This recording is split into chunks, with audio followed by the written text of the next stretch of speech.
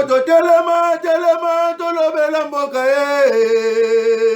Wole tosuwa babimisa na poasa Badepite tovotaki bazo salarien tokende na funa bazo salarien Kongo tolega na mwamba bazo salarien tokende lukunga bazo salarien tokende na baboko kunda bibembe bazo salarien atozonga na changu bazo salarien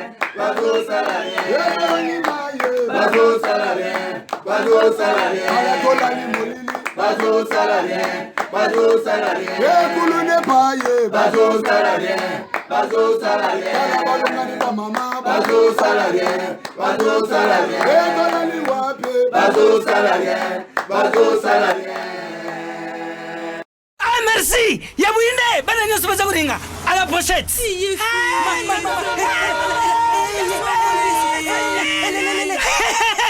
Bouzala Kwarme Protivap et tonne la protéine et énergie. Ah papa merci pour les protéines pour les enfants. Eh Bino, bote la baonine. Bote ma bodole Bino. Baba kanta bomba bonga. Bona bana na yo bakumarukura bana oyo. Faut laisser kabango poto Protivap. Et ça ba pota te.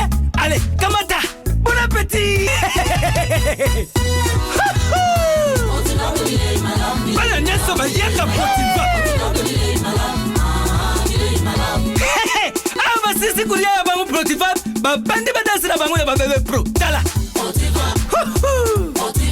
bari yango chata kitoko ntoto makachi tukana mbimbi oyo tukana mbimbi makusa Protivap poto kitoko pona babebe pro Nzambe azala na biso Nzambe alinga Kongo koleka biso mo ba congolais Nzambe alinga Kongo koleka ba politiciens bazo tout atolo lelo ki bango balinga Kongo. Malheureusement il y a un groupe de politiciens ba union so ba kenda ki ba na besoin ba zatuna train de vie moko malamu mais o batikali o baye apparemment tazambo konambo ko yemo mto abunda mais ba mususu bazo bunda photo tongana no villa parce que comme bato Kabila batongaki biso peto tonga comme bato Kabila ba violaki constitution biso peto ko violer comme bato Kabila ba zena corruption dans l'Assemblée nationale biso pe est-ce que ya onde ko aider mboka na biso po kende liboso ezaka mutuna to soit pour na tuna chaque jour ezaka mutuna na zotuna est-ce que format ya kolanda eloko muninga sala kia mabinga pena sala ngolelo yonde kotombola Kongo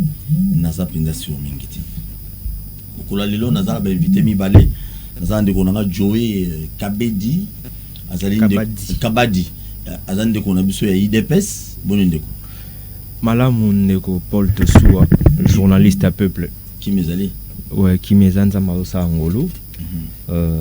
Et surtout que tout le monde a le sonabino, tout le monde a kala. Ouais. La caméra, ça l'a bien. Ouais. Et la position, Kitty. Ouais. Alors, je suis vraiment très content d'être reçu sur votre plateau. Merci, Fatibé. Béton au Saranate, Bagisana armé Colo. Fachi Béton armé. Fachi Béton armé. Zabilo. Merci, Lelo Bilo Robetama Awa. Nazana Papi Moussa. Balobi Kalate. Mazo notifié comme porte-parole et à Joseph Kabila Kabang. Moussada, Abay. Ça Rabis. Qui m'est Yangolo, bah notifié, j'ai été déjà nommé. Ah ok, tu as été déjà nommé. Ah oui, depuis le 16. Comme communicateur personnel, Yandego Kabila Kabang Moussada Tokaju. L'homme qui a laissé le pouvoir.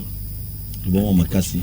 L'homme qui a laissé le pouvoir en Ndeko parce que lilo na Congo na Afrique to alika na mutumoko o asolo kana balio a so apena bangando a pena de valio bo a so la nai e bisie pena ke no moi era utakashamata ana système alizopona e wana akuta lion pena o abota ma ava ki ndikashamata na kingakati asi akoli. Merci. Aye atali a ebiche ki non na oki basango na yo ba passager ko menacer bango to na kingakati ao. Bota maki kana kingakati na maîtriser kaka na kingakati ao. Oui. Ba passager ndé. Mais ba visiteur kingakati. Ah, ba visiteur. Ah oui. OK. Très bien.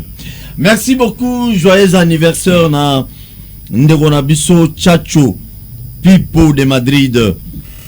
N'est-ce pas, Nkuna, vraiment joyeux anniversaire à toi, Ndeko Nanga Chacho Pipo. Bato ba yebiye. mon balo azebele na kati ya Madrid asalaka ya mingi pona ba congolais nyonso bakindaka sans papier sans quoi que ça soit yena maman na biso yena madame naye maman Toyo. Vraiment joyeux anniversaire à vous. Et puis muto bomoni wana azana restaurant azana bar moko munene o ezwami na kati ya Madrid, précisément la ville ya par là kuna okuta okolia okomela sans problème. Maman Toyo te soit pour na peso mbote équipe mobimaya bakino balobi te souhaiter yo joyeux anniversaire Chacho Pipo de Madrid. Merci. Sujet à Liboso Torobeta ezali sujet à ministère à portefeuille.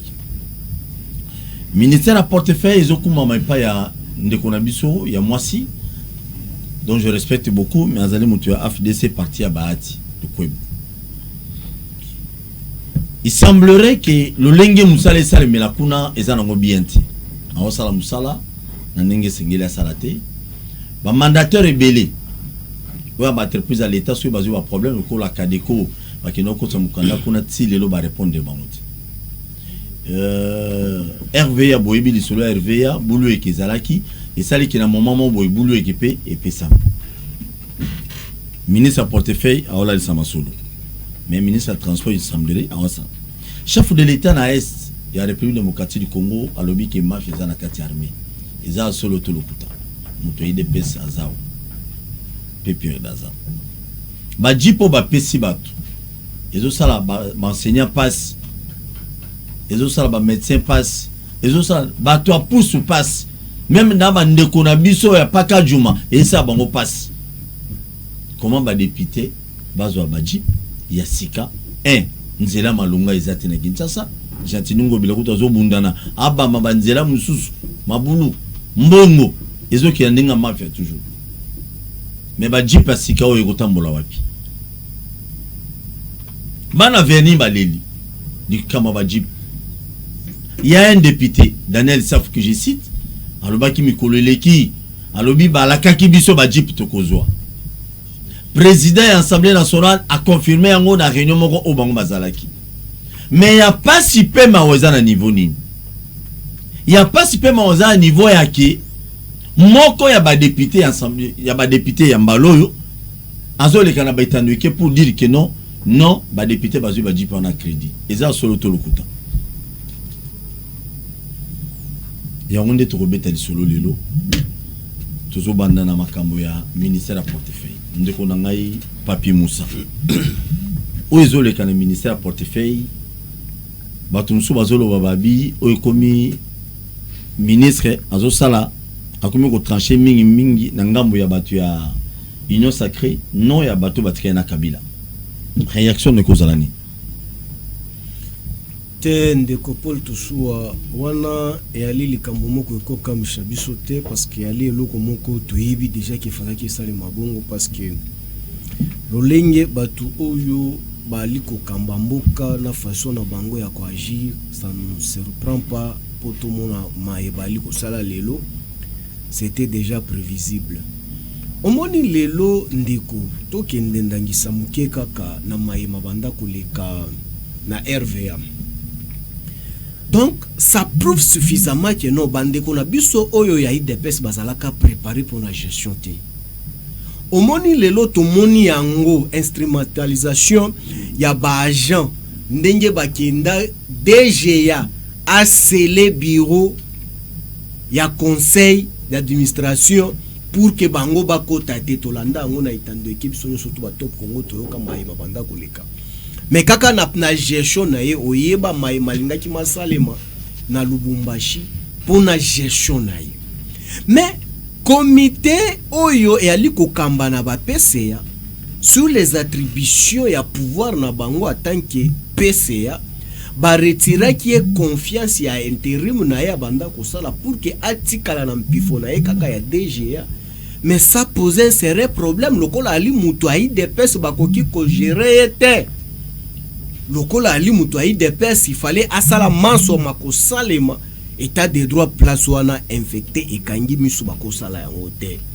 Mais soki alaki moko oyo abengami mutu ape perdo bien FCC wana des chantages partout to komonango.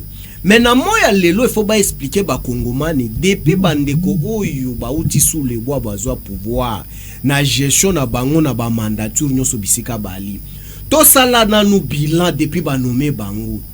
To ba kuta entreprise na niveau nini. Ba memi yango ti wapi. C'est ça le grand problème.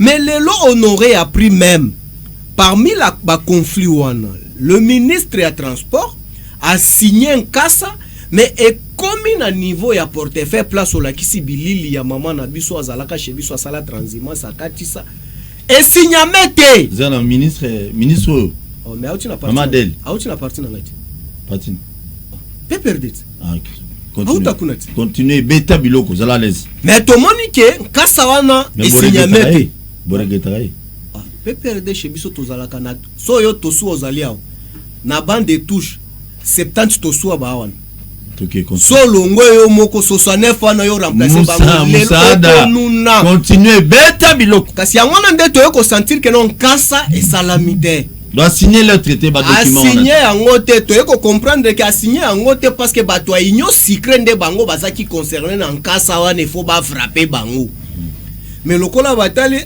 ba bato a china rambo te qu'est-ce qu'il faut te bato a fachi umela bafandi bango donc bavanti ye aboyi afandi si bafandi dossier pef salnini elali mais soki aki muto ali ko kambala ki muto a pe perdre ou bien alaki muto a FCC mais lelo koyoka même IGF akomo kende kuna mais lelo IGF kaka na entreprise a portefeuille wana bandeko ba ko kamba bisika wana to kolobela lelo est-ce que yoki IGF alobeli yango ke no bisika wana misolo ali nyamu iki usu ali mingi kote kuna est-ce que yoki alobi yango mais non soki yoki ka kote o bato a pe perdre bazalu bien bato a FCC te babuki umukwata muntu mukwata beta biloko mais soki ezalaki bato mukwata muntu elongo mukamati mukamate koma mukwata mikolo na sala kura chuluba accéléré ayongo ndezo ba mukwata muntu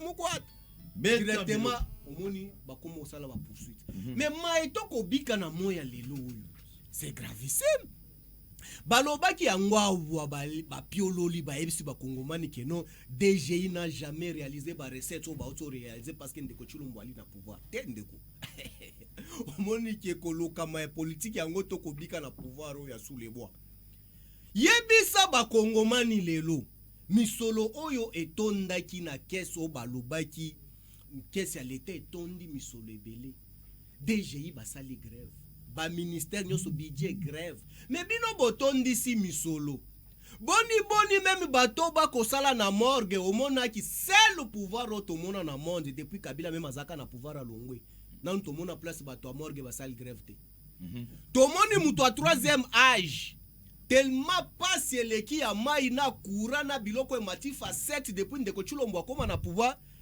akufi nae pasi akimi yango na mokili ake kokuta lisusu pasi na morgue lisusu babengani ebembe komi ba donner des leçons le long de salanga pasi bino bato apepe mais kasi yango nde toko linga bato baye banjelu ba corriger biso bato to sala bosoto ba sala malamu koleka biso te ponga na le kapol to suwa na copier ba émission na ete ponga na finga kabalanda ka ete mais na kuzu na kopia ka ba émission na ona kolela ka ngombo bete bilo nanya alindoki siko yo muto iba be émission porte sous mais kasi yango wana te mais sika siko yo sala kamala moti lola yaka corriger Kabila kabanye musaada to kaju bon longola biloko yoso tu Kabila zaka na balion oui muto sola balion longola biloko yoso tu balumanu basala ba grand théoricien politique longola biloko nyoso tu boya na oya bino ba théoricien bo chawa na bo changwa na exercice eza wapi esika te fo na fo ya monde to kosenga bango bandeko bayaki sika sikoyo gestion bisika nyoso tali ba entreprise place banomaki bato bauti cash o bato bauti IDPS il n'y a rien qui avance l'amateurisme et les compétences notoires prennent les choses mon cher mais bato bakolongwa te mais ministre sortait ya agriculture je crois sur agriculture sur nini malaxé biso que non masangu tukunyata nini te wana ije famonya ngote est-ce que je fais mon ngote Mais ya masangu ya matata otolia déjà ba 4 à 5 ans passé. Ba ke ko kundola dossier. Mais ya bango ya dernièrement kaka ya 3 jours passé. Masangu aliko pola kuna oki nanya lobi yango. Merci. Yango nde to sengi na comment akomebele. Yango nde to sengi na bande konyoso. Yango nde to sengi na bande konyoso tu. Bande konini? Ba Kongomani. Oya PPRD. Ba Kongomani nyonso tu. Basani. Ba ikampiku. Nani? Ba espérer na ilo côté na pouvoir oyo. Awanokosi. Ba ikampiku ti 2023. Non, wanokosi. Oh, ndeko. Yo somo na grève na bato morgue. Morgue, mutu pena akufi alembi kuranza la rame rasone mbongo. Akimi na ramu na mokili. Akufi na ya kende kopema akomi pe na morgue boy bloqué. Ndeko chulombo ko futa bangote. Bazu ebembe bachango na moto. Ba kendo luka morgue privé. Merci beaucoup. Yango nde to sengi na bakongomani nyonso tuna bandeko joe oyo. Na ba René 2023. Ngana zaka na idole moko na nga ya opposition ya ndeko chulombo. Nga mtu na récupérer maluba na nyonso to atikela nga héritage ya era zaka opposant. Aluba na biso ba époque zaka opposant. Date prévue pour les élections. Ce qui m'a ponamialité, il y aura élection sans Kabila. Très bien. Merci. Aussi, j'utilise le même mot. Date prévue pour les élections en 2023.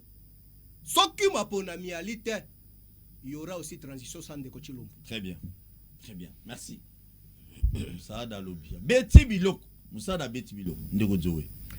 Oyoki makamunyoso nzambe musada tumulio makasi. Oyoki mamunyoso alobi wana.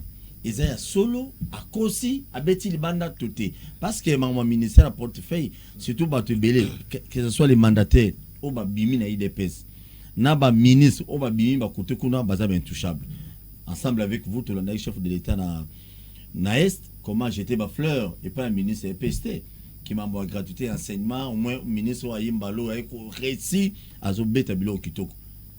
Est-ce que vous avez incarné changement bino ba ministre IDPS na ba mandataire na bino? Ouais, merci Ndeko Paul na landi religieusement Ndeko nangai papi bien que Aouti va apprendre tout de suite que à comme porte-parole il y a sénateur à vie Joseph Kabila. Félicitations mon cher. Ma na rosenga na Ndeko nanga un peu scientifique, hein, puisque ça c'est un débat scientifique. Nous sommes analystes. Tozaba mama pondute, tozaba surerte, o soy bobeta masola politique, ba narbeta kaka masolo el beta marana balabala. Tu es à un plateau en tant que des scientifiques politologues de formation. On a ebinde konanga, moi également je suis politologue. J'aurais souhaité que tout ça la analyse na ba base moko un peu rationnelle, qu'on soit objectif. Jusque-là, je n'ai rien senti d'objectivité. Na chef et Anderonangai, papi. On parle du portefeuille. Au sein du portefeuille, nous voyons les ministères. Ba ministère ezali maboko ou esungara l'État dans le grand service public. Ministère ezali qui créé pour accomplir ba mission traditionnelle na ba mission moderne ya l'État. Alors, ministère et kokite yango moko ko accomplir ba mission oyo ba signer ba mission oyo esengeli ministère ayeba ko accomplir, il faut accomplir yango à travers ba service public. Tozana ba entreprise publique, tozana ba service public, on a des régies financières, ba biloko na nyonso nesalaka ke l'État azala l'État. Mais depuis président Félix Akoma président, beaucoup s'est rappelé que ça fait 2 ans changement makasi et ça limité na niveau ya ba mandataire. Ba mandataire auto na bango pour la plupart ce sont les mandataires du PPRD. Bon, c'est rappelé pour vous rafraîchir la mémoire tant où PPRD pouvoir ou ya PPRD ba yaka na nzela afdel après une année na 98 bitum mesale magi na moko yo ba Rwandais ba bomaka biso ba atakaka inga ba privara biso mai ba privara biso courant. Lelo on dit faire la politique, c'est faire la guerre sans effusion du sang. Mais la guerre, c'est le fusion du sang. Vous tuez avec l'effusion du sang. Lelo bande kona biso, o bayaki na pouvoir na ba Rwandais. Tangu bah céder pouvoir par la pression populaire on ne konanga pour rectifier alobi ke Kabila tikela ki ndeko Tshilombo pouvoir yango Rossi Tshimanga na ba Thérèse bakufaki po ndeko na biso ki na posa kotikela Tshisekedi Tshilombo pouvoir yango wana to organiser l'élection en 2018 tardivement 2 ans plus tard tout simplement puisque Mbongo ala qui était sous prétexte pendant que Bukangalonzo o lelo to que plus de 200 millions et ça ba poche abatu Bukangalonzo a même pas budgétisé immeuble intelligent qui budgétisé té ndeko Kabila ba se plein na matata ponyo ba tongela biso biloko wana mena au finish Mbongo ezanga pour organiser l'élection yango pouvoir ndeko na biso atikela ki biso na papa na Kabila. Alors je voudrais vous montrer que bandeko na biso o batika ki pouvoir na motema pasi pour États-Unis d'Amérique et télémagi pour population et télémagi pour ba grande puissance ba télémagi pour la ndeko Macron le président français a loba tocha qui pressionne à Kabila pour tika pouvoir ngana zo loba ana ba preuve à l'appui na cité un grand homme d'état le président français a loba yango ndeko nga ko contredire ngate alors na sima ya manso wana bandeko ba qui prêtait ils ont prouvé qu'ils n'étaient pas prêts. La preuve en est que au moni comment est-ce que Tonio comme na FCC cash si FCC échangé mariage à FCC cash échangé tout comme union sacrée et ça échec et alliance wana ou ça qui caractérisé na mauvaise foi il y a bateau to soit qui na la basina bana to adopté ba on a kata libala le loto kabwani tozo kende ko changer to uti ko changer gouvernement to uti ko changer parlement wana on a des sénateurs bien que jusque là ba comprendre les santé il y a des députés aussi quoi bazako incarner vision et chef de l'État au sein des entreprises publiques également on veut changer les choses les loyo bayebi ko sale la biso guerre sans effusion de son politique il y a des mandataires on a régi des zones nationales au bazo énerver population juste pour na ko inisa président Félix na population kolobake tango Kabila maezala ki kutu ya mwa mukie na tango Tshisekedi lelo maezate pourquoi le mandataire à la régie des eaux ainsi qu'à la SNEL si vous regardez très bien il y a aucun membre du comité de gestion qui soit de l'UDPS ou de l'Union Sacrée alors ils sont cités dans la malversation financière pendant que tout un problème il y a denrée ba intra ezate pona mai wana ko purifier ngo ba pan clic bazo évoquer qui est ces membres-là de l'UDPS ou un cadre de l'UDPS ou de l'Union Sacrée ou en a régie des eaux. Mais lorsque mon frère ici sur ce plateau, il se donne le luxe et le courage, il y a Rolobake, UDPS, des présidents à pouvoir, patati patata. Mais laisse-moi t'informer, mon cher ami, que bah, service public, il y a l'État, na service public et grand marché public. Si vous avez vu ce cours-là, on s'est rappelé que bah, service public, il y a l'État, n'est pas accompli, ça va mission, que ce soit moderne et mission traditionnelle, il y a l'État. Ba entreprise na biso esenga ba accomplir ma mission moderne bo pesa bateau mai bo pesa bateau courant bozo kokate alors bo komi ko faire porter chapeau wana na président Félix comme si le président doit se substituer au mandataire et on voit le cadre et membres de l'Union Sacrée partout.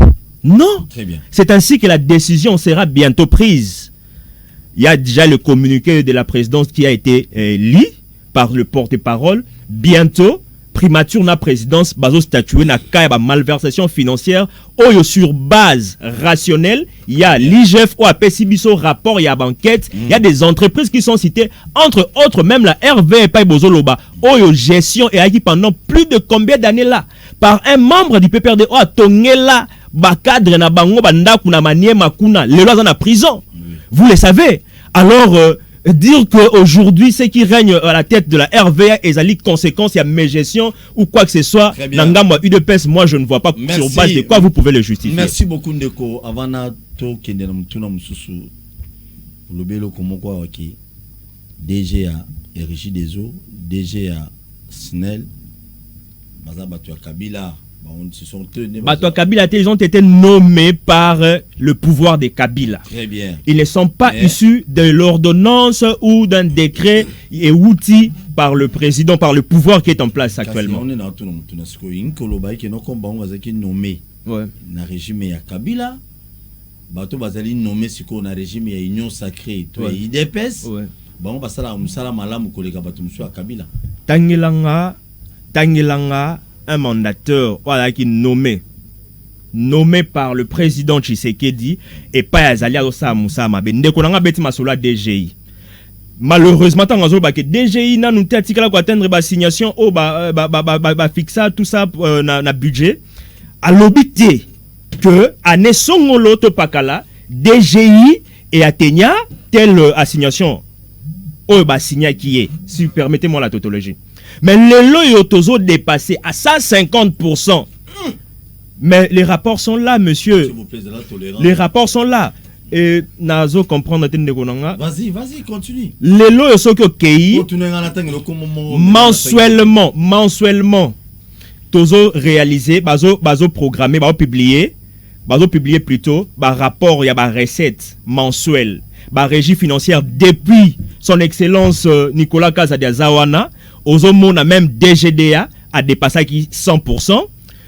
On est en train de réaliser 2 excédents na recette budgétaire, il y a plus de 200 millions. Merci. Mais lorsqu'il y avait disons déficit, pourquoi? Puisqu'il y avait certains voyages que le chef de l'État il a fallu que aebako sala pour na komemela biso mongo et batoya pe perdre na bande commission la muka mutema o sabango passe na bambongo chef aneko yanango ba o mona kaka ba dépense o eneko salema mais mbongo aneko zonga ba no mona te mais au lieu ba lobela excédent budgétaire ba zolo l'excédent budgétaire te. Bien, merci beaucoup, merci mais au lobagi to cita na cita ta comme mo o to a cité comme to ngana cité comme ya au lobby mandataire mon président Félix a nommé mais on ça musala bien te tangelanga comme je te le permets. Très bien, c'est sûr certain yene muto otanga. Toza ko rappeler na bakinoise nyonso. Amende pour non-respect de mesures contre Covid à Kinshasa. Boyoka. Fungo atabino bato pakajum. Tchele ya boulevard. Yoka. Monta force du progrès. Yoka. Ongana militant boyoka. Oya mama PP de peste. Yoka lo liboso. Amanda liboso 10 000 francs congolais. So lati cash nete. Kuta ino nanzela 10 000. So nazomi tuna. Biloko balobia mpona bato gombi ya komina Kinshasa to balobia ntina bato kisensu. To tuna kaka.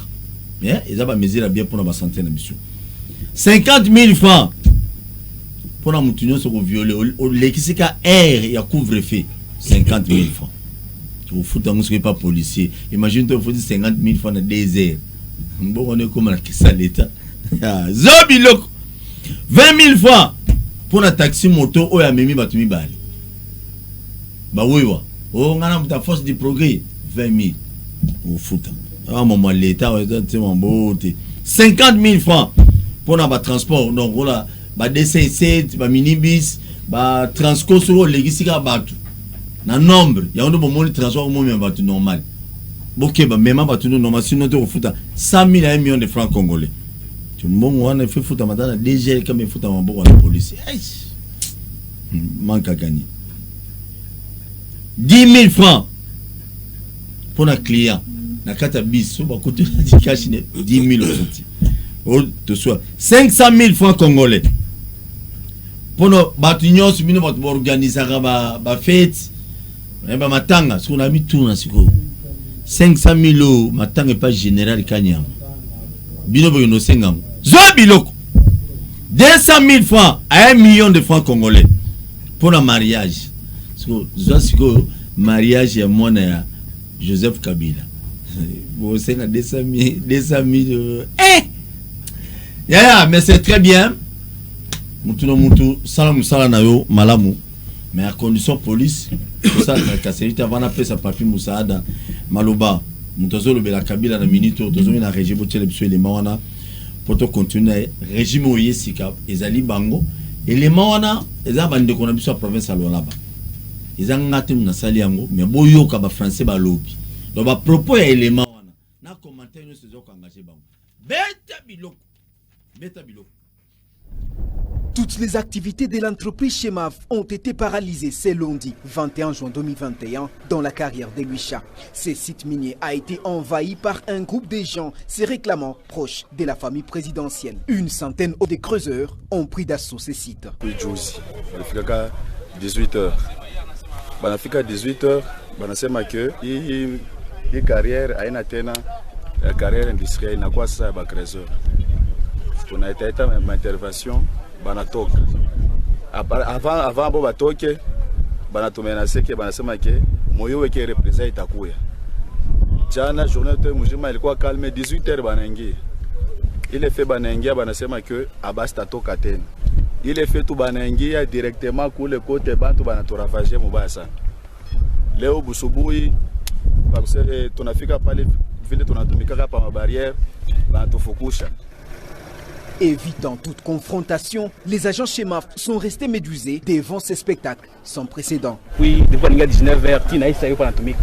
Puis ba policier be kukule, ba rikisha bale bote kupale, ba rikisha ba choka péage, les bantu baningia banabeba, babo kutoka na sac wanabakabria makuta. Ndio mnaona hii soko kupale. OK. Je te sors à Tchao, t'es pas justice à Faka Jacques. Les coopératifs ont entraîné les forces de l'ordre qu'ils ont placées sur ces sites. De son côté, Chemaf s'en remet à l'arbitrage de l'État congolais. Donc nous nous voyons vraiment lésés dans nos droits puisque le législateur est là pour protéger les investisseurs. Ces genres d'actes vont vraiment décourager les gens qui viennent investir chez nous. Le permis d'exploitation que nous avons, nous l'avons acquis dûment. Donc nous avons un service des tutelles qui nous régit, les services de la division des mines ici. Donc tu ne peux pas te trouver dans un site si tu n'es pas en ordre et que la division des mines te laisse tranquille. Donc nous sommes ici il y a longtemps, nous avons tous nos documents et nous travaillons légalement. Chemaf a toujours travaillé légalement, jamais nous en économie, c'est un manque à gagner. Je ne sais pas si on aura récupéré ce qui est parti. Ils vont nous prendre tout ce que nous avons de bon dans notre carrière. Nous allons nous plaindre. Très bien, merci beaucoup. Bolande les mots, au soi-disant ceux qui famille présidentielle, des bateaux. Vous au cause de famille présidentielle. Félix na makamba atabinemo papa na piso malo ori jina malo ba ki 500 on so malo poto ganita to so tamingiti tiende ko omonike e ali pasi na landi ndeko nanga ya IDPS molande élément nalandi élément ngoshite nango na oshite nango to mesana nango mukoko avertisa biso eloko ndeko na bango ya IDPS avertisa biso déjà na eloko que no fan oui fils mukoko je précise ayebi membre na bango ya sous les bois. Après Cisa biso oui, après Cisa biso yo émission na ya salango pe sous les bois. Aloba ke bande konyon surtout ya ndeko Chilombo ba kimi Kishasa ba komi na Katanga na mine. Bana yo mtolobia. Ngai te fils mukoko ba vidéo etambola même ye moko ndeko na ye ali awa yebi yango. Fils mukoko a confirmer ngo aloba ngo. Ke no bande konyon surtout ya ndeko Chilombo ba longwa Kishasa ba siliko kende bango surtout na Katanga bisika. Mais bango te. Bango nde bake ko serige na ba mini nyonso tu. Siko bako la kisabiso lo lenge ba ye ko lo babandeko ya ndeko Chilombo nde balobi keno bolongwa na mini. E o kam sabiso te. Déjà mutu aide pesa la kisabiso keno bandeko ndeko Chilombo tu. Bakoma na bango ba minyi. Siko oyo e o kam sabiso te, c'est tout à fait logique. Bango wana musala bako sala na Katanga ya wana. Ba mini tu oyo bino pe bosala ki na moment na bino tena kolinga pende bandeko na biso asule wa la kisaba image ozoya sala o Kabila sala o bana musée nyonso tu basala o ba bengana batu po bakangi bakaremine biso to bandeko Kabila to ekolongola bino nyonso tu boya kana ba kanda obimisa ba image wo bimisa pe biso abiso pièce contre pièce. OK To développer moi na sepel na ndeko nanga joé. Mais alobi que notre kende na débat technique scientifique parce que débat a un caractère pédagogique mais apparemment il se contredit et puis il s'accuse. Alobi ango que non na sepeli na yo ndeko na beteli o maboko na lolengo yebisi ba kongomani ndenge ndeko Chilombo ko dilapide mbongo ya l'état. Yo beteli maboko. Na beteli maboko. Parce que moi j'attendais que non e uta na munoko bato ala muko bebiso ba opposa mais ye moko membre à Taliban. Beta biloko. Et puis Taliban ni biso nde topesa bangote. Quand bazalaka na opération tumba policier tumba ba siège à PPD bango moko baloba ba taliba ba okende tina ndako Kabila ko tumba biso lelo to koloba fruit kaka ya kobenga bango ndenge ba se présenter ou pas na biso keno ba ali ba taliba. Très bien.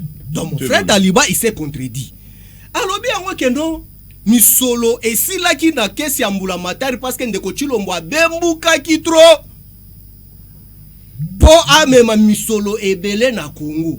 J'aurais souhaité Europe saye maloba ala kisaba kongomani misolo ndeko Chilombo ya nango eloja na banque nini et sala misala nini ya Congo et puis ya na hauteur nini ayebisa ba kongomani lokola ye moko évoquer yango auti koloba yango alobi kete bakomi ko réaliser 150%. Oh na beteli ma nzambe vraiment mabolongo na se o nkolo ali bolongo ndeko Chilombo bongisi mboka. Bakomi kende ti ba 150%. Mais 150% ndeko boyebisa ba Kongomani pourquoi est-ce que bato a DGI wana bako réclamer 5% na bango ya recette o bazwaka soki ba réaliser misolo bako zwango te. Soki misolo etondi na mpaku ya l'État. Pourquoi est-ce que ba médecin bali libanda basali grève bako futa matin? Soki misolo etondi, pourquoi est-ce que ba fonctionnaire ba comme vanda na ba cash électronique misolo eko bimate bako futa mana retard? Soki misolo etondi, pourquoi est-ce que eloko Kabila tika 100 francs et comme 1000 francs lelo? Soki misolo etondi, pourquoi est-ce que ti bato morgue bali na grève ti lelo? Soki misolo etondi, le monde ekolanda biso histoire ekoretendra kake non. Na pouvoir ndeko Chilombo misolo ali kotonda. Taxi chariot ekomi na Kishasa. Muto epena matina puso ba memakafulu. Mate quartier puso ba memakabiloko na libongo wana. Le kuta tunde ni to bien son. Très bien. Na olo ba makambo le kana changu. Na pouvoir o misolo etondi. Ndeko toza la série. Alobi ya ke no totanga ba entreprise onde ko Chilombo no ma tende ko nanga toza la série. Na banda ko tangela yo. RPTC nanya noma. Tokende na SNCC nanya noma. Il y a un technicien à Vodacom au hasard arrêté. Il y a un technicien à Vodacom s'il vous plaît. Au hasard aux arrêts. Mais ça la calme na zo expliquer. Pour la détournement ya mbongo ba congolais. Il y a dossier Aram. Bangona te. Ah OK. Togen. Batu balia mbongo batu ram mais Volca et salama kuna internet ezalaka te. RPTC Kabila nde mtu anome coordonnateur oyo ali kuna siko na boye kotanga kombo na pona osa publicité na na mwasi wa landi. Mais allez voir maintenant gestion ya RPTC lelo. Ya na niveau ni. Mandataire ali na Sonas Kabila mtu anoma ye. Kende na SNCC Kabila mtu anoma ye. OK na Jekamine Kabila mtu anoma. Très bien. Et allez voir partout là où je cite les noms là. Ogoyeb sanga gestion na bango ali lolenga nini? Tendeko. Les gens qui viennent sous les doigts. Trop mal. Sonas Kabila mtu anoma e. RVA. DGA o ya ako sele bureau ya PCA. Très bien. Auti na libu Kabila. Très bien. Te tika na ona beti biloko to lakisa bango pena. Te obeti da biloko ebele. Te tika na baksela ye biloko ndeko. Beta ya suka. Ndeko so we na mona ekala ndeko na nga Taliban oyo. Alobi awa. Yo kana nous pouvoir na bango. Là où je les ai toujours parlé, il est politologue, il sait quand je parle de l'anocratie. L'anocratie c'est quoi? C'est lorsque nous avons les institutions faibles qui ne paient rien produit. Ndeo ya bango to. Donc bande oyo bali na ba institution moko faible ndeko yebisanga province oyo ali stable lelo na pouvoir na bango. Il s'appelle quelle province? Instable, tout est déstabilisé. Kabila muto a déstabilisé la province wana. Merci. Masuka awa akobele na makambo ba mine wana. Ba conseiller yo kana nu na gestion na bango. Maison civile ake ko sala prospection na mine. Yebisanga relation nini na maison civile mokonza mboka na dossier ya mine. E ali nini? Kabila muto atinda ki ekuna. Tendeko. Tokende na kaka na to chité. Oui. Nasala message nangé kende et ça la pena compacté. So que même na OVD Kabila ndem to anomaye. Nazo avancer nayo. Lelo ndeko na pouvoir abandeko oyo. Même la liberté d'expression n'est pas garantie. Non, c'est côté aussi parce que tout le monde a battu belé en Gambie. Kana ebisayo. Le chef de l'État tout le monde dit pour on arrête. Comme qui? C'était là comme. T'entends comment t'es? Nous ne sommes pas éduqués pour insulter. Non. Très bien. Biso tozo dénoncer.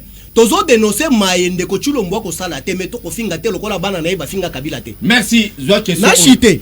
Il y a union sacrée, na personne question union sacrée. Oui. Au chitaï déjà. Na yoki, il semblait le marché de la liberté. Moi ça PPD à Bino à Longwe. Bache mutu mususu mais ba député assemblée provinciale. Il semblerait que ba député assemblée provinciale il y a union sacrée. Bazo traquer mutu bache kuna donc mbongo nyonso azozo bo mi apesa ba député union sacrée. Ba musuku bazo ebise na téléphone, je na fait une pendant ba conditionnaire. Question au salaire to lukelo monso to longo lisio. Même temps ça l'intérim. Tende ko makambwana na ana précision nango na kopeso na bakombo batu po comprendre immoralité politique ya bandeko na biso babengi nyo sacré. Beta biloko godin poyo za ni nyo sacré. Yoka biloko. Ndeko nanga Zoé Kabadi oyo. Mon frère qui vient sous le bois. Donc ndekaka na ba province wana quand je parlais de la liberté d'expression n'existe pas. Toké na marché de la liberté. Pas garanti.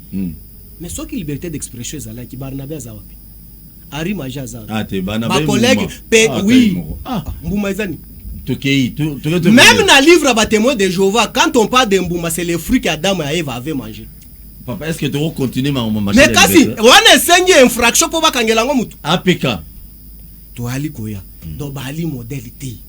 Do batika koya ko se comparer na biso. J'aurais souhaité recopier ces maloba. Bayebisa ba kongomani ba entreprise publique de l'état place Kabila tika yango. Bango ba memi yango wapi. Ba ministère ba memi yango wapi. Ko ba comprendre. Pas manaboyo problème tu. Mais kasto kende siko na assemblée. APK. Ngai ngona koloba na yo na yaki na plateau moko. Na ndeko mukebai. Kaka na ba information. Beti yango ndeko mukebai. Azubilo. Mukebai a confirmé lobi que iyo ndeko nanga na même na ba image na opesa yango. A confirmé ya solo oui ba collègue na biso bali ko rançonner marché ya liberté. Ouais sikoyo. Na oyebisa yo. Ba sengi même ba étalage. Tala niveau ya bato ya ba député assemblée provinciale, ba député provincial à Kinshasa. Beta biloko. Wana na koloba makambo Mukeba alobaki. A confirmé ngo j'ai des images. Alobi que ba collègue na député ba ke osenga même ba étalage. Sonye babanda kosala ceux qui nini na ebité ba tika makambo bafutaka bango me bakendo sala ba étalage. Est-ce que Kabila mutu atinda bango? Shadari mutu atindi bango? Ah to bandi opération senga Shadari pardon. Avec nos frères de la Talibani qui ont marché avec le nom de l'SP Shadari que no azoka carte azoka misolo. Mais les lots militants na bango abimisi liste définitif. Militant na bango. Est-ce que bamoni kombo Shadari na kati? Militant na bango. Mais bayeba niti. Auti wapi? Yango nde to ko expliquer que non député na condamné bango cette immoralité politique et administrative d'aller rançonner les mandataires ou les gens qui dépendent ya territoire ya province na bango bali na mpifo ko kende ko intimider bango soko pesité to ko lukelo motion. Voilà pouvoir ndeko Chilombo lelo tous les députés provinciaux dans les 26 provinces obiso to fouté la prix bango bako tambola na marche mutakala na balabala ba vie lumanu bako réfléchir sur la territoriale bango balaka na makanisimo côté lelo na kolinga ndeko nanga politologue atangela ngata des théoriciens ya IDPS de ata moko kaka so adangi de mutu e ko sala passe très bien de kaka mais lelo makambo biso to mone la passe to sali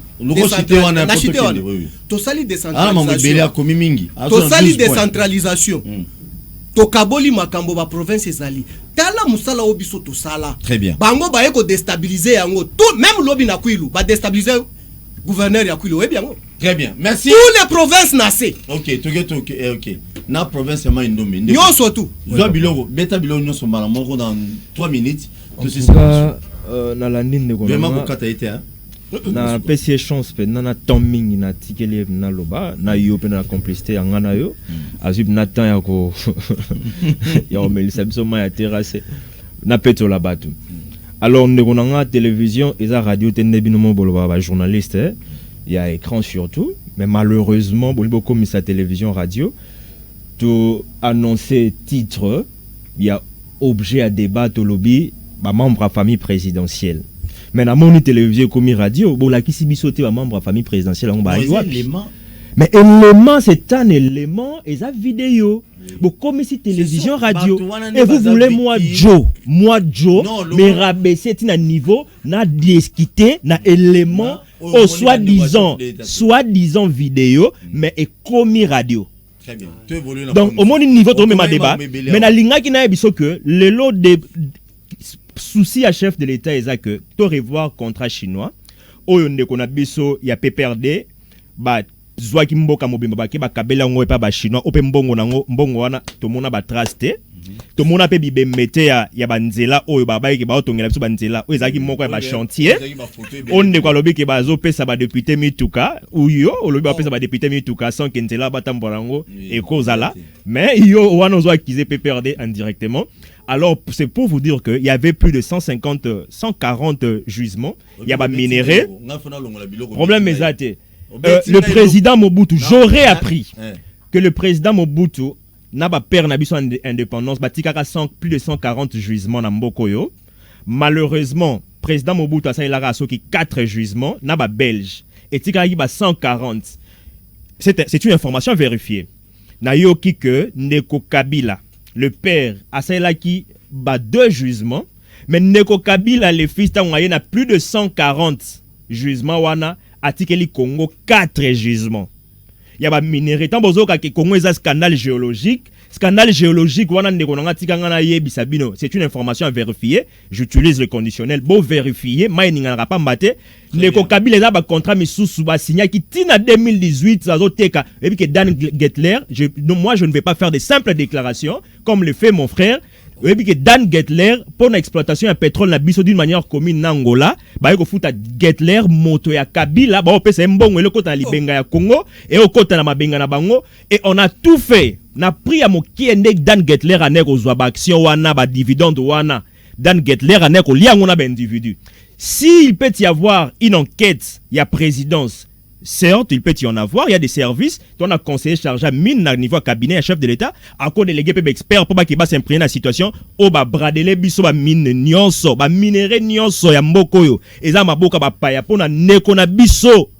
Ndeko na biso na peut-être na yango moko to dutara na kineko ngo po mukolo eloko ya ba valeur eloko na ye bazui Congo nyonso minéré nyonso ba ndeko na biso obotanga ka géographie na classe ba yebisa biso que RDC c'est un scandale géologique mais tikanga na yebisa bino que richesse nyonso ya Congo ndeko Kabila a bradango selon ba rumeur oyo à vérifier. Alors point mususu ba médecin ba au grévé ndeko na on a ba to ça débat scientifique. Grève ya médecin et cause a dit à quoi? Lukoye bato informé, la mission à caractère pédagogique. Tant où médecin azo grévé et za likolo ya manque ya mécanisation. Abanda ko sala, le médecin, je te dis aujourd'hui, les fonctionnaires touchent leur traitement à partir du 16 du 7. Donc, to komi ba les 20 net to comme ba les 25 les fonctionnaires nions ba foutier. Pour ba caisse réserve de change boyebi combien zali plus d'1,3 milliard. Alors souci ezate na makamota limbongo. Nazolo ba non plus que moi-même je suis fonctionnaire au cabinet du chef de l'État. Alors ba médecin mon cher s'il te plaît ko perturber ngate, j'ai été suivi religieusement. Nazeli o édifié ba ndeko ozolo belo ko morote. Les médecins si les médecins aujourd'hui sont en train de gréver, c'est une information d'ailleurs à vérifier. S'ils sont en train de gréver, il y avait un dossier où ezaki na mesa tant où le président a commis tokuti problème, il y a manque ya mécanisation. Na niveau ya santé, na niveau ya EPST, président déjà bandaki na ba il y a des milliers d'enseignants oyo bazala qui déjà mécanisés.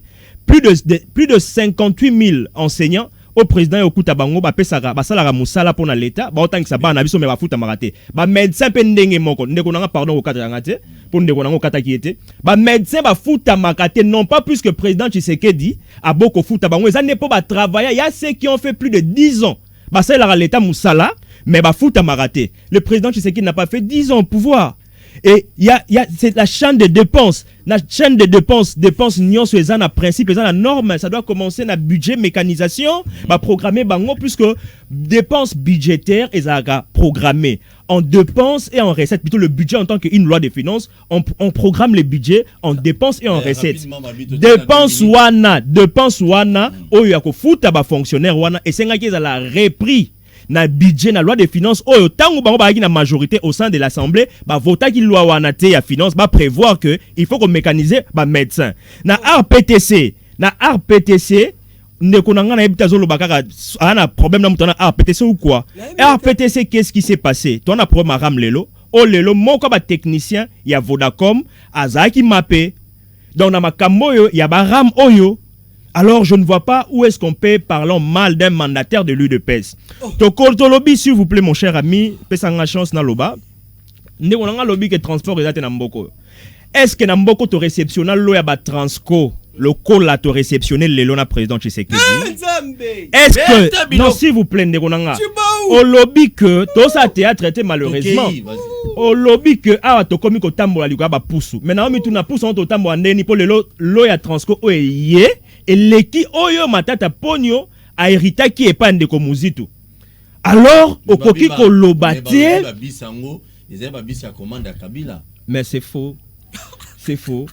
C'est faux puisque Kabila, dites-moi un peu, quel est le rapport entre le président de la République et le ministère du Transport? Certes, le président de la République assure le bon fonctionnement de toutes les institutions, mais vous ne me direz pas que Kabila a qui commande. Et puis c'est le trésor public, oh, Nafutaki. Mais je voudrais juste évoquer cet élément-là pour Otaï Sanderoke, Transco Eya et Belé Koleka, alors qu'il noie soit Zo Kaboye, à Romona Gendekolanga, on sa théâtre, Nesika Totangi Sabatu, ou toi informé Batu. Alors, problème, il y a quoi DGI, pour la prime à 5%. Et il y a un problème, il y a DGI, il y a informé le sous c'était presque tout le ministère, il y a finance. Et ça, Nini, bateau, il y a ça, réaliser, c'est pour vous confirmer ce que je venais de dire tout à l'heure. Je vous parle, puisque j'ai des éléments. Toi, il y a ça, qui dans le théâtre, dans le plateau. Bande qu'on a biso, signation, oyo, imposa ki bango, baza ko atteindre yango bazo dépasser yango. Ba prime na bango ezaka en fonction ya réalisation, ya target, bokokisi, boteki biloko, na droit ya rétrocession. Le col la baké au-delà. Le col la baké au-delà au permettre ngai na si ça ndeko na ngai. O injustice, so ba ndeko bana ba montre banda ko na ba mona kezo, aux injuste envers ngai. Ndeko na nga Paul, c'est pour te dire que 5% à Zolobela et à 5% il y a ma prime au faut par rapport il y a 50% de plus au va réaliser ma tabi si va passer dans l'état. Donc bango va prévoir qui tant on a biso mais c'est là la goule là qui wana bango va prévoir qui va réduire qui programmation à recette en 100%. Mais or on pouvait aller au-delà. Aujourd'hui avec l'excellence Nicolas Kazadina ndeko na biso na DGI en tout cas ma caméra qui toko même la DG de la place ndeko Rugwiza ndeko ka kimbongo museno kende mupandi ona kuna et autres on a banzela nyonso ba recette wana komi ko bima na kati ya caisse na biso. Rapidement on a dit que les institutions sont faibles. Maman na nga habite ndeko na nga on parle ici en tant que politologue. Les institutions sont faibles. Na est na lubango toujours ata mo moko ta Kiswahili na yebi président Fachi pa ibata momo ta Kiswahili malaki si batuke aza congolais. Yango mukolo eloko ba valeur eloko na ye. Aujourd'hui le président est à l'est. S'il vous plaît. On a décrété l'état des sièges. On ne Kabila na oka lisusu mama c'est on a non c'est plané ming en tant que première dame bien qu'à encore changer mobile n'était pas tika Congo madofolo. Alors aloba na biso que président Kabila tobo santa ki soldat na esprit ba soldat atikala ta ko décréter état des sièges pendant que ba mama ba passe ba bumu ba zo violer bango. Yé wana mwana ba côté ngoy mulu na Joseph Kabila Kabange 1 million de voix. Ba tikala ko décréter até loko mon côté pona ko sunga bande ko so banani ko makuna ba yé bandenge nini ba koki ko zala l'abri ya guerre. Président Tshisekedi on ne ko ngazo ba kelelo ba institution za faible. Président Tshisekedi oyo lelo na faiblesse soi-disant il y a institution azako longa likambu ya terrorisme o ba imposa ki biso ba fabriquer la biso ba virus wana ba ngona ba rwande mbayaki nango ba fabriquer la biso virus a katakata ba kuluna o lelo président Tshisekedi a otinda bango ba kineko yokola ba rattraper ba retard na vie ndeko na nga théoricien zo ba théoricien na bino ba ndeko professeur Lumanu professeur Lumanu c'est un théoricien c'est mon professeur il m'a enseigné dans la respect mingi ponae mais ba vie ba kokate ko établir puisqu'on dit la conduite d'une société étatique relève d'une triple instance l'instance du savoir l'instance du pouvoir et de la masse ba vie ba kokate ko établir lien entre savoir scientifique na masse. S'il vous plaît mon cher, on a dit la science sans conscience n'est que ruine de l'âme. Science ya balumanu et mema Congo wapi na libulu batiki Congo wapi tout na lobi mbata orokotanga mbata ngamoko naza moi-même ngai moko puisque so lingina bana kotangela yo mon Dieu tu respecter bato bata biso na ndako nayebi ke ba professeur ya minene ba otala biso massage ebele ya Congo ba otala biso tokutani lobi na invité mususu. Merci. Et monsieur Sili ekosi andeni Congo to telema to lobela mboka Olé tosuwa kobimisa na poasa. Badepite tovotaki bazo salarien. Bazo salarien. Tokende na funa. Bazo salarien. Bazo salarien. Kongo toleka na mwamba. Bazo salarien. Bazo salarien. Tokende lukunga. Bazo salarien. Bazo salarien. Na baboko kuna bibembe. Bazo salarien. Bazo salarien. Atozonga na changu. Bazo salarien. Bazo salarien. Bazo salarien. Bazo salarien. Alakola ni molili. Bazo salarien. Bazo salarien. Kulu ne paye. Bazo salarien. Bazo salarien. Alakola ni mama. Bazo salarien. Bazo salarien. Bazo salarien.